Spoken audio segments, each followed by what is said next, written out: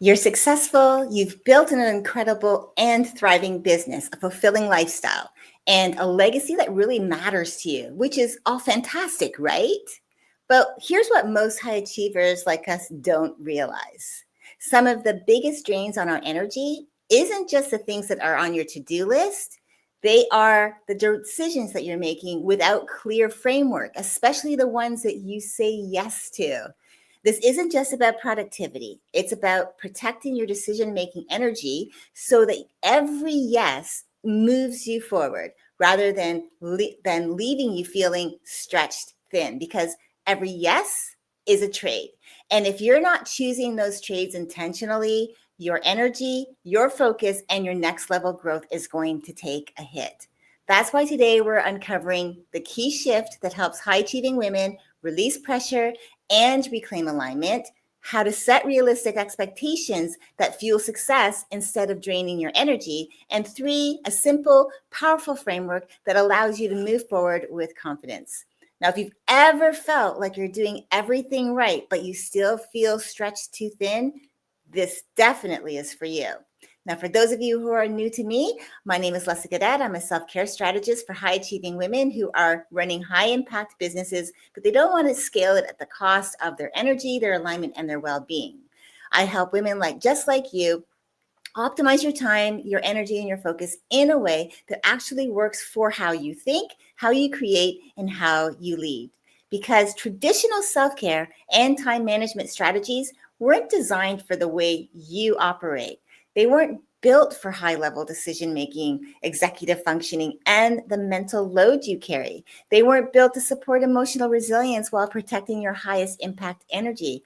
In fact, I believe that your time and energy are your most valuable currencies that you spend every day. And because they are finite, they're your most valuable resources. That is so important for you to protect them. And that's why I don't talk about self-care in the way most people do. I'm not here to tell you to book a massage or to buy yourself something nice or take a trip somewhere. Those are rewards, not foundations. My work is about the functional self-care, the strategic systems that protect your time, your energy, and your emotional resilience so that you can perform at your best. Because when you master this, you stop feeling stretched thin and you start operating from a place of clarity, focus, and intentionality.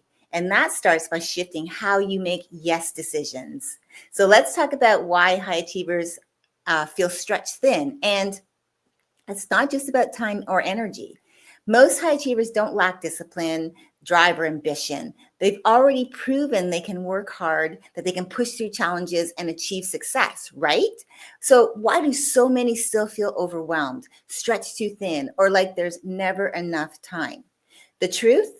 It's not just about time or energy. It's about the constant pressure to meet unrealistic expectations. And not just the expectations from others, but the ones that we put on ourselves. In fact, there are hidden patterns that drain our time, they drain our energy, and they drain our decision power. And these patterns don't always look like they're burnout. They disguise themselves as high standards, being ambitious, and having a high drive. But in reality, they pull you further from alignment and efficiency. For example, you feel like you have to be on 24/7 to be successful, meaning you built your success by showing up all the time, pushing through, getting things done, even if you're exhausted at the end of each day. But high impact work doesn't come from constant motion. It actually comes from focused execution and built-in strategic recovery time. Another example could be you believe that making rest time for yourself or taking breaks throughout your day means that you're going to fall behind. Now, those who are successful know that rest is essential, and it's why they protect their decision-making power by managing their energy strategically. Or how about when it comes to setting goals without considering how you function at your best? Think of it this way. If your goals require you to work against your natural rhythm, against your natural energy cycles, or your mental bandwidth, you'll always feel behind, no matter how much you accomplish. And think, if you have to figure everything out on your own, because that's how you're wired. That's how you built your business. You're the lone wolf, that mentality of the lone wolf. That's not sustainable. High achievers often believe that asking for support can be a sign of weakness, or that they're an imposter or not good enough, or that something's wrong with them. Something I've heard multiple times said to me about how people feel about themselves. But in reality, the highest performers build in systems that work for them so that they don't have to work harder than necessary. And they understand that asking for help is a sign of strength, and it opens them up to fresh perspectives or new ideas that they may not have thought of before. Now, if any of these resonate, it's not because you're doing anything wrong. It's not like anything is wrong with you. It's more because you've been taught that success requires sacrifice, when in reality, sustainable success comes from alignment and spending your time and energy currencies in a way that supports you, not drains you. Now, the reframe is really from shifting from pressure to sustainable success is really about changing your mindset. So instead of adopting the old mindset of how can I get everything done, especially it is like, how can I get everything done today? Believing that not only you can do it only. In other words, not meaning that you believe that it can only get done by you, that you have to do it alone. Instead, switch that mindset up and shift it to how can I create a rhythm that allows me to succeed without sacrificing myself. And if you want to optimize impact and feel that outsourcing serves a greater purpose, ask yourself, who do I know that this is their superpower, that they have that magic sauce, and that I know that I can count on them? And if you don't know of anyone, then ask yourself this: if I were to outsource this, what would I need for this person to embody, and what clarity do I need in order to delegate it? Think about it like this. High performance isn't about doing more all by yourself, especially. It's about doing what actually moves you forward with energy, with clarity, with strategy and precision. So now that we've uncovered the real reason high achievers feel stretched too thin, it's time to shift from awareness to action, because knowing the why something is draining you is only half of the equation.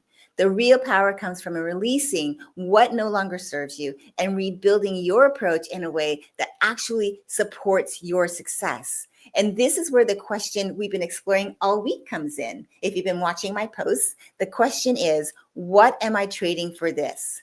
If your yes is trading energy, time, or focus in a way that's leaving you depleted rather than empowered, then it's time for a shift. So let me walk you through this so you can take action to help yourself release pressure and reclaim control of your time and your energy without losing momentum in your business or your life. So step one, identify one expectation you need to release. Now, most high achievers are unknowingly holding themselves to unsustainable expectations. For example, let's say you expect yourself to be productive every single hour of the day. On the surface, this seems like a great goal, but the reality, it's draining, it's unrealistic, and it's actually going to slow you down. For example, a client of mine was finding that she was backloading her weeks, meaning all meetings took place on Wednesdays and Thursdays, 5 hours each day. And when we talked about possibly switching up her schedule, looking at the things that were on there that were time sucks and that possibly could be paused for a while, she was worried that she didn't know what to remove or pause because everything seems important. And of course, when we have things on our calendar that seem important for our well-being or for our business, it might feel like a challenge. But here's the thing, though, that I want you to realize. Just because something is important doesn't mean it's important right now. And when you don't strategically set up your days using your time and energy to your advantage, it can leave you drained. Think of it this way. You have an 8-hour day that you have nothing on the calendar, and you plug in 3 client calls, 2 networking meetings, and maybe a workshop you want to attend. So the client calls are, let's say, an hour each. So that's 3 hours. Each networking meeting is another, each hour, is an hour, which is 2 more hours. So that's 5 hours so far. And then the workshop is, let's just say for all intents and purposes, is 90 minutes. That's 6.5 hours that you're spending your time currency, your energy currency on. But the key thing to focus on here again is your energy currency, because you have to look at it this way. Can it support that 6.5 hour day that you planned, right? Because on paper, it looks doable. But if your energy is scattered because you're constantly pushing, even possibly overwhelming your calendar because you think you have the time without factoring in your energy reserves, it will take for you to meet those expectations. You run the risk that the quality of your decisions, your creativity, and your ability to lead effectively drops. So here's the shift. Instead of forcing yourself to be on all the time, recognize that your most valuable work happens when your energy is optimized, not when your schedule is maxed out. So what's one expectation you've been holding on to that might actually be holding you back? Now, step 2 is to redefine success based on what actually works for you. So here's a perspective shift that might change how you view success. I believe that success isn't about doing more. I believe it's about doing what matters in a way that's sustainable. And here's what makes this even more powerful for high achievers. You thrive when you work with your energy, not against it. Think about it. If your energy peaks in the morning, but you're scheduling back-to-back meetings, you're using your highest focus hours on demands that drain your energy rather than drive your biggest priorities, that's a red flag for you. And if you push through exhaustion every day, you're trading long-term resilience for short-term hustle and possibly burnout. Now, when you redefine how you view success based on how you actually function best, you will start to make decisions that protect your energy instead of depleting it. So ask yourself, am I defining success in a way that really works for me, or am I following an outdated blueprint that doesn't factor in my well-being? Now, step 3 is the small shift that creates big impact. Now, massive changes aren't required for massive results. The key is in the small intentional shifts. So here's your challenge. Choose a micro adjustment this week that supports your energy and alignment. For example, blocking time for deep work without interruptions, but making sure that you have that time, right? That's set aside. You're trading distractions for focused execution. So that's something that I talked to my client about. She was talking about how she had, as I said, everything was backloaded for her week. And so I said, well, on those days, if you can't move that time and you know that that is set in stone, what about the days that you don't have a lot? Maybe that's where you can block something out. Like, take a look at every day in your morning. What's something that I want to get done today? It's a non-negotiable. I want to get it done. And if it's going to be where I believe is what she was saying, her superpower is being hyper-focused, that she can focus on it and get it done. That's her win for the day. It doesn't have to be massive things, but one thing at a time.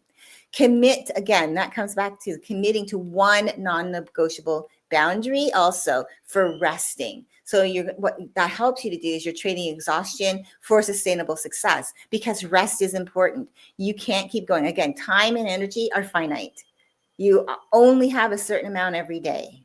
You cannot just push yourself to exhaustion where then you end up in burnout and then you find you have no energy. And I can speak from experience because I've been there multiple times. You want to also track how certain commitments feel and release what's not serving you. And what you're doing then is you're trading obligation for alignment, because a lot of the time we do things out of obligation rather than being in alignment. And that could just be because we're afraid to say no. We also might be afraid that if we say yes to something, that it's going to help us in the best way. But instead, we're saying no to ourselves, right? And we're not really helping ourselves to get to that higher level of living that we're looking for, because you want to be able to have that quality of life, right? You want to be able to do the things that help you rather than take away from the things that you really want for your life to be like. Because again, we as high achievers, we're striving, right? We're always looking for the next level of success. But sometimes that comes at the cost of our time and our energy. And it's so important that we remember that we need to take care of ourselves. Again, one of the things I always say is look at your calendar. Are you backloading it like my client does, with meetings at the end of your week? Meaning you start your week off with really a light schedule and you burn yourself out by the end of your week because everything that's heavy is loaded up in the last few days of your week. And if that's the case, you're not just trading time, you're trading the quality of your decisions, you're trading your energy currency, and most of all, you're trading your ability to show up as your best. And by the time you reach the end of your week, your mental bandwidth is depleted. You are fried, which makes it that much harder to think strategically, to be fully present, or even enjoy your downtime. So instead, consider how you can distribute your workload in a way that keeps your energy steady so that you're not running on fumes by Friday and using your entire weekend to recover. A simple shift in how you structure your week can be the difference between feeling in control and feeling like you're barely keeping up, right? So the key here is just to choose a trade that moves you towards clarity, towards energy optimization, and towards effective time management. So now that you understand that it's important to pay attention to your patterns, what's one small shift that you're committing to this week? Think about it. So how does this tie back to the question of what am I trading for this? That was the core message that I've been reinforcing all week. And the main thing is that every yes is a trade. So if the trade-off aligns with your vision, with your values, your energy, it's a yes, right? However, if the trade-off costs you way more than it gives, it's a no. So the question you have to ask yourself is, what's one thing I'm ready to release and what am I ready to rebuild in its place? Because when you make decisions that respect your energy, that optimizes your time, and that aligns with your vision, that's when success becomes sustainable. Remember, every commitment you make, every yes you say is a trade. And for high achievers, the challenge isn't as much about managing your time as it is about making intentional yes decisions so that you're optimizing your time and your energy, because those are the two most valuable currencies you have. People think it's money. Yes, money is great, right? You can get more of your money. That's how money is like that currency that you can build on, wealth building, right? But time and energy, you only have so much of it every day. And if you're not taking care of that and you're trying to build your business, your wealth building is going to get stop. It's going to stop because you are not taking care of yourself, which means you can't do the things which are going to help you to move your company, your business forward and making that money. So it's not just about whether you can fit something into your schedule. It's about whether saying yes to it is the highest and best use of your time, your energy, and your emotional bandwidth and focus. Because every yes comes with a cost. A great opportunity that drains your energy is a trade-off, right? Saying yes to misaligned work is a trade-off. Even yes to something good at the wrong time is a trade-off. Most people don't consciously think about these trades. They say yes out of habit, obligation, or fear of missing out. But high performance decision-making isn't about doing more. It's about making the right trades. That's why the real question isn't how can I get more done? It's what am I trading for this? Because if the trade-off aligns with your highest vision, your values, and your energy, again, it is a yes. But if it costs you more than it gives, it is a no. So let's make this real.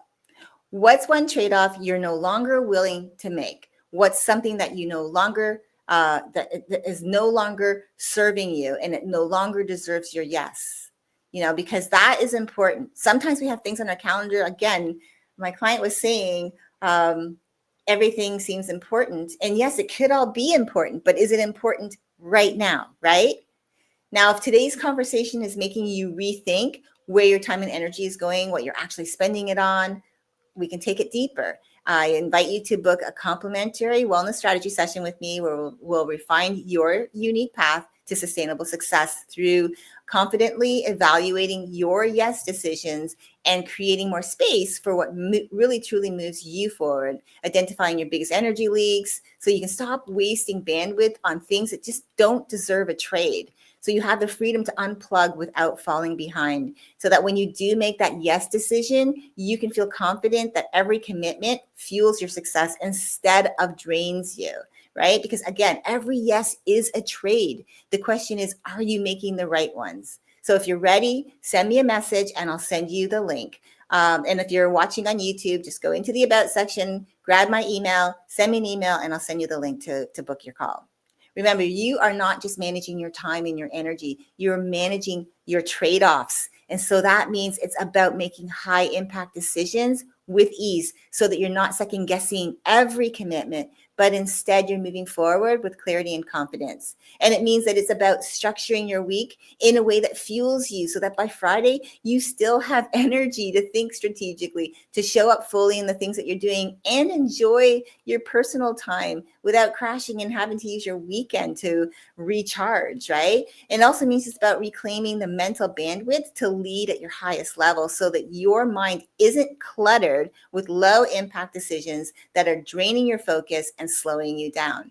And finally, it's about saying yes with full confidence, knowing that every commitment that you make is a strategic move forward, not an energy draining obligation, making you move 2 steps backwards. And the best part, the level of alignment is possible. This level of alignment is possible, and it starts with making yes decisions that serve you. So what's the next yes you'll say no to because you know the trade-off isn't worth it? Thanks for tuning in today. I hope you have a great rest of your week, and I'll see you next time.